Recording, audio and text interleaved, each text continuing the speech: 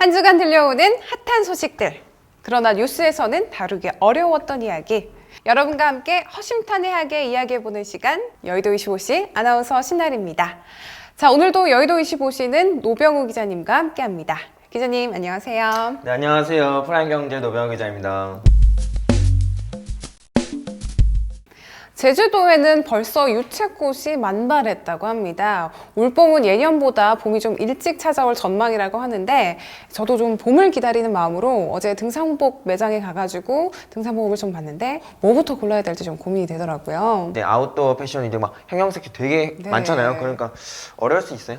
아웃도어가요. 어느새 한 코너에서 이제는 뭐 한 층을 다 쓸 정도로 시장이 넓어졌더라고요. 불황에도 이제 국내 아웃도어 산업 규모가 7조 원대예요. 거기다 이제 지난해는 20%대 이제 고성장세 유지를 했는데 그러다 보니까 이제 내수 시장을 견인하는 상품군으로 자리 잡은 지 오래됐다고 그런 평을 받고 있어요. 네, 실제로도 매장에 가보면 좀 체감을 할 수가 있는데 네.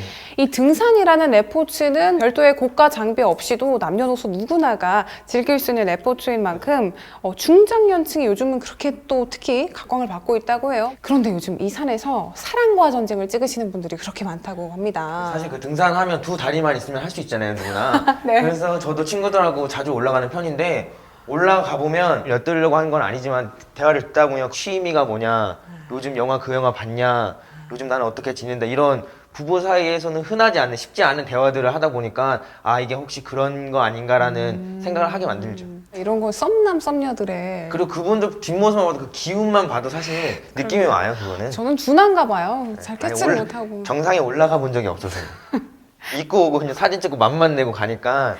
다음부터는 꼭 장면을 포착하기 위해서라도 정상을 찍는 걸로 하겠습니다. 산에 오르면서 근데 이런 분위기가 좀 형성되기가 쉬울 것 같기도 해요. 손도 잡아주고 이 남자가 어떤 여자를 보호하고 싶은 그 보호 본능을 자극한다든지 아니면 산에 갔다가 내려와서 술 한잔 할 때 또 뭐 분위기가 무르익어서 오면 그런 좀 분위기가 형성되기 쉽겠다라는 생각도 합니다. 실제로 이제 그런 동호회를 검색해보면 겉으로는 이제 동호회인데 안에 들어가면 뭐 애인 만들기, 뭐 술 친구 만들기 이런 항목이 또 따로 있나 봐요.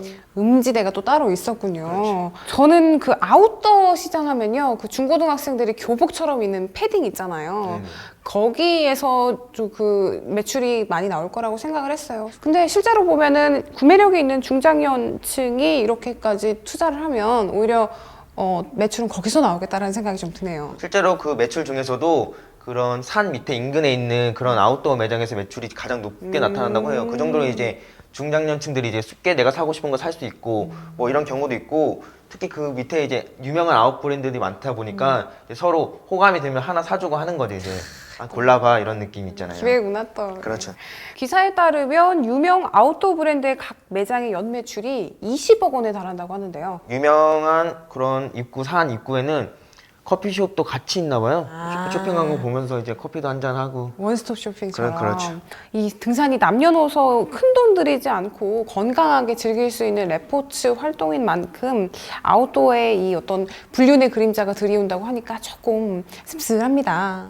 이 산이라는 공간은요, 정말 산이 좋아서 가는 이 마니아층이 두터운데 이 그런 산악인들에게까지 의심의 눈초리가 가지 않을까 하는 걱정이 좀 앞서네요.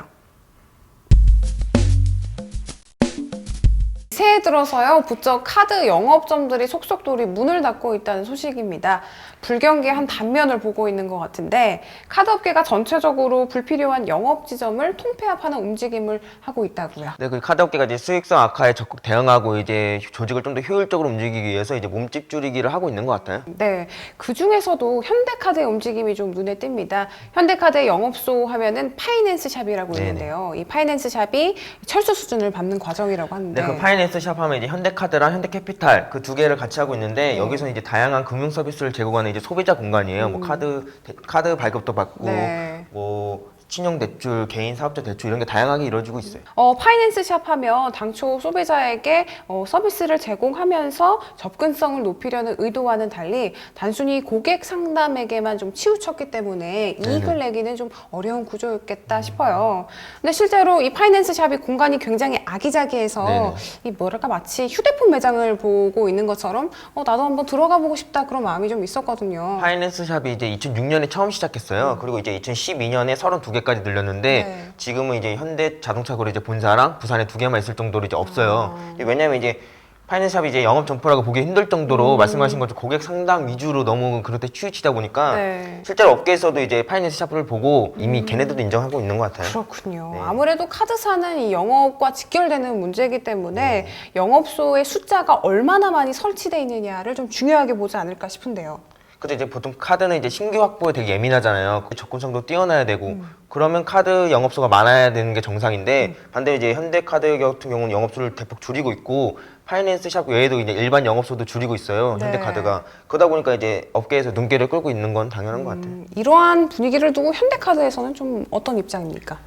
영업수를 줄이면 인력이 감소되는 거잖아요. 네. 그러면 구조조정 아니냐는 그런 얘기가 나올 수 있는데 현대카드 입장에서는 이제 그냥 조직을 효율적으로 움직이기 위한 것이지 구조조정은 아니라고 강조를 하고 있어요. 현대카드가요, 지난해 중후반기에 챕터 2를 발표하고 반짝 호재를 맞았었는데 50일 만에 30만 장이라는 기록을 세웠고 5개월에는 90만 장의 기록을 세웠었죠.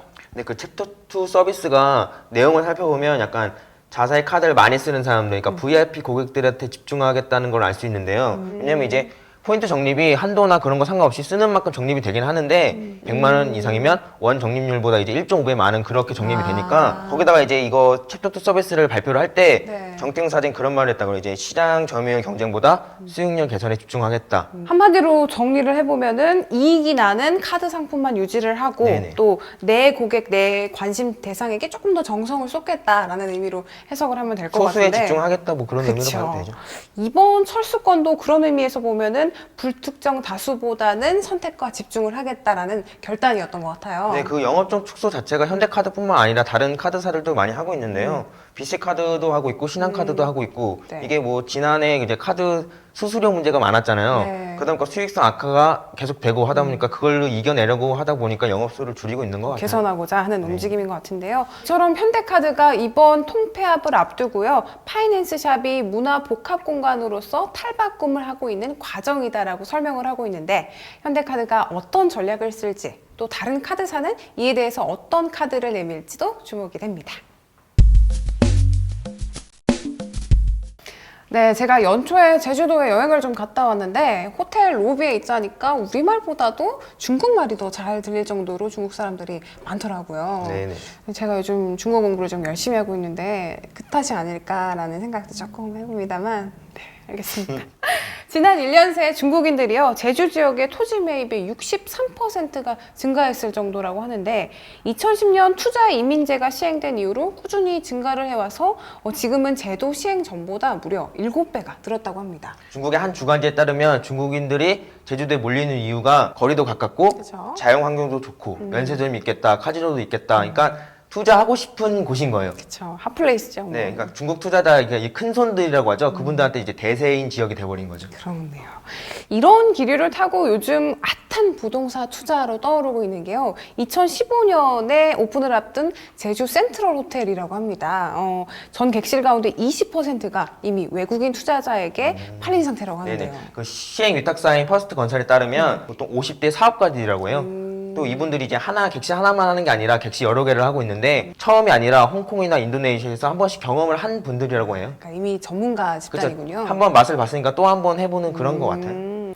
제주도 하면요 유네스코가 지정한 세계 7대 자연경관에 꼽히기도 하는데 그렇지만 이 법인이 아닌 개인이 이민 목적도 아니면서 이렇게까지 투자를 하는 데는 특별한 이유가 있을까요? 언뜻 보면 이해가 안 갈 수 있죠. 중국 최대 부동산 개발 회사인 녹지그룹이 있는데 얘네들이 이제 제주 연동 지역에 1조 원을 투자한다는 얘기가 있었나 봐요. 그러니까 개미 투자자들이 녹지그룹의 결정에 그냥 우르르르 몰리는 경향이군요. 그렇죠. 그래서 투자가 몰렸다는 얘기도 있고 또 하나는 이제 위탁 운영사에 대한 신뢰가 높았기 때문에 그랬다는 거 있는데 이 말이 뭐냐면 제주도 하면 그랜드 호텔이 많이 이용하는데 네, 여기에 대한 만족도가 높았던 거예요. 근데 이제 센트럴시티 호텔을 그랜드 호텔이 이제 위탁 경영하다 보니까 당연히 여기도 좋겠지 하는 생각 때문에 이제 투자가 몰리기 시작한 거죠. 브랜드 이미지라는 측면에서라는 그렇죠. 건데 그쵸. 제주도 그랜드 호텔 하면은 호텔 운영 경력만 30년 경력에다가 특 1급 호텔로 분류되어 있어서 믿을만한 것 같아요. 게다가 이제 국제적으로 저금리 기조가 계속되고 있잖아요. 근데 이제 여기에 투자를 했을 때 실투자금 대비 10% 하나 되는 확정 수익이 있고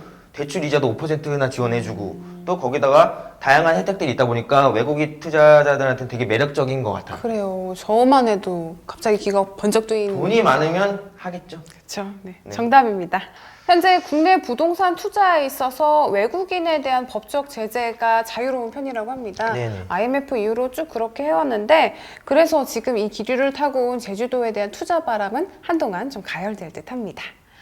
자, 오늘 저희가 준비한 소식은 여기까지인데요. 뭐 제주도의 유채꽃 얘기로 시작해서 또 제주도로 마무리를 하니까 네네. 여행을 떠나고 싶은 마음이 간절하네요. 아까 등산하신다 그랬잖아요. 등산 가서 이제 막걸리도 먹고 그분도 구경도 하고 아, 이제 등산 가면 다른 것들이 좀 눈에 들어올 것 같아서 좀 엿듣고. 예, 걱정이 되기도 합니다만 뭐 어쨌든 봄이 오는 소리에 조금 설레는 마음이 있기도 합니다. 저희가 준비한 소식은 여기까지고요. 저희는 다음 주에 더 풍성한 소식으로 찾아뵙겠습니다. 시청해주신 여러분 고맙습니다.